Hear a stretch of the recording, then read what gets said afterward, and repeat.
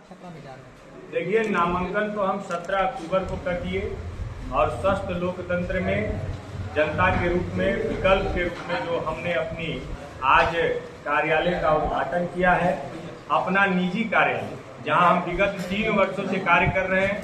इसके पहले भी हमारे कार्यालय थे, क्योंकि मैं लगभग 8 वर्षों से यहाँ क्षेत्र में और 2 वर्ष संगठन में काम करते हुए आज बिहार की राजनीति में और छपरा को केंद्र बनाकर आज हम लोगों ने इसका उद्घाटन किया है, ताकि आम जनमानस जो छपरा की जनता जनार्दन है, उसके विषयों को लेकर हम आगे लड़ाई लड़ सके।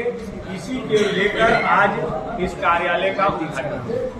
ऐसा क्या हुआ कि छपरा से एक भारतीय जनता पार्टी के कार्यकर्ता के रूप में पहले भी काम कर रहे थे, लेकिन ऐसा क्या होता है कि आप छपरा से निर्दलीय के तौर पे नामांकन कर देते हैं? देखिए, जनता के हित में नामांकन, क्योंकि मैं देख रहा था कि आज से 1 सप्ताह पहले जैसे जनता सड़क पे आकर अपनी पीड़ा को बयां कर रही है, यहाँ पर जिस प्रकार से बारिश हुई और बारिश की त्रासदी जितना जनता को झेलना पड़ा, और अनवरत में विकास की स्थिति को देख रहा हूँ कि छपरा की जनमानस नेतृत्व विहीन है। छपरा के जनमानस की समस्या के साथ कोई नेतृत्व खड़ा नहीं होता, और इस बात की पीड़ा छपरा के हर क्षेत्र में है।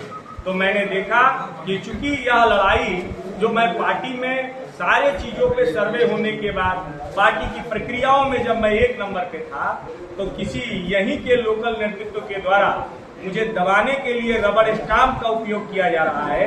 तो मैं जनता के हित को लेकर, क्योंकि 5 साल जनता को झेलना ना पड़े, उसके सामने एक स्वस्थ विकल्प रहे, एक राष्ट्रवादी विकल्प रहे, एक सच्चा सिपाही रहे, ताकि वो डुप्लीकेट सिपाही जनता को समझ में आ जाए। इसी को लेकर मैंने नामांकन किया और मैं अपनी पार्टी से बागी हुआ। निर्दलीय प्रत्याशी के रूप में 118 छपरा विधानसभा की सेवा के लिए राणा यशवंत सिंह आ गया।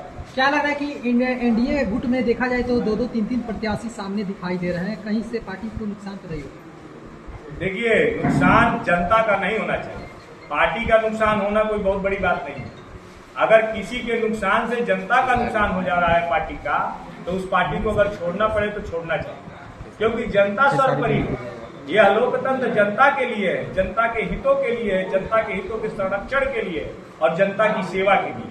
तो जिस चीज के लिए है, मुख्य रूप से वो जरूरी है। तो मुझे लगा कि मुझे जनता का, छपरा की जनता का नुकसान हो रहा है, और विगत 15 वर्षों से जनता देखी रही, हजारों करोड़ों की योजनाएं जुबान से सुनती है, लेकिन जमीन पर उसका कितना इम्प्लीमेंट है, कितना वो काम पाइपलाइन से बाहर निकला है, ये जनता तो सवाल पूछती ही रहती है।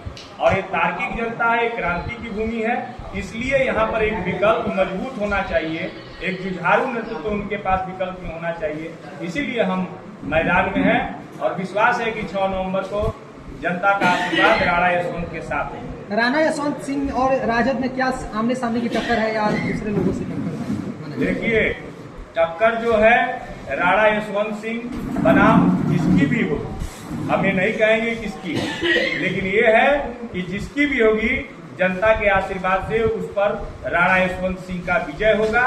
बस यही विश्वास के साथ, सकारात्मकता के साथ हम आगे बढ़ेंगे। जल जमाव की स्थिति सबसे बड़ी समस्या यहाँ की बनी हुई है। कुछ दिन पहले ही थोड़ा सा बरसात हुआ और पूरा जो छपरा है गोवा बन गया, इस पे क्या कहना चाहेंगे? ये पूरा बरसात हुआ था और उसका त्रासदी जनता ज्यादा झेली। ये आप जान लीजिए कि इस त्रासदी को मिटाने के लिए सही विकल्प चुनने का और सही चोट देने का ये जनता का उपयुक्त समय। अगर जनता उस समय अधीर होकर भाई किसी प्रतिनिधि के बारे में उल्टा सीधा